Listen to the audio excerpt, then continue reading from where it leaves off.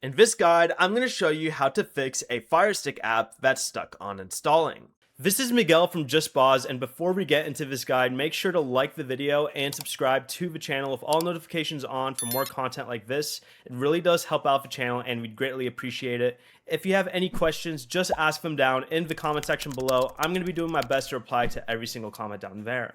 First, restart the Firestick by going to your Firestick settings, selecting My Fire TV, and then pressing restart.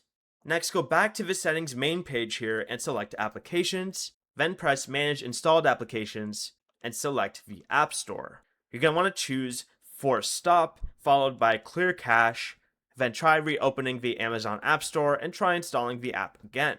If it remains stuck, you're going to want to check your storage by going back to the main settings page, selecting My Fire TV, pressing About, and then Storage. Uninstall unused apps if the internal storage is nearly full. Finally, also within About, go to Check for Updates, install any available update, restart the Firestick, and retry the installation.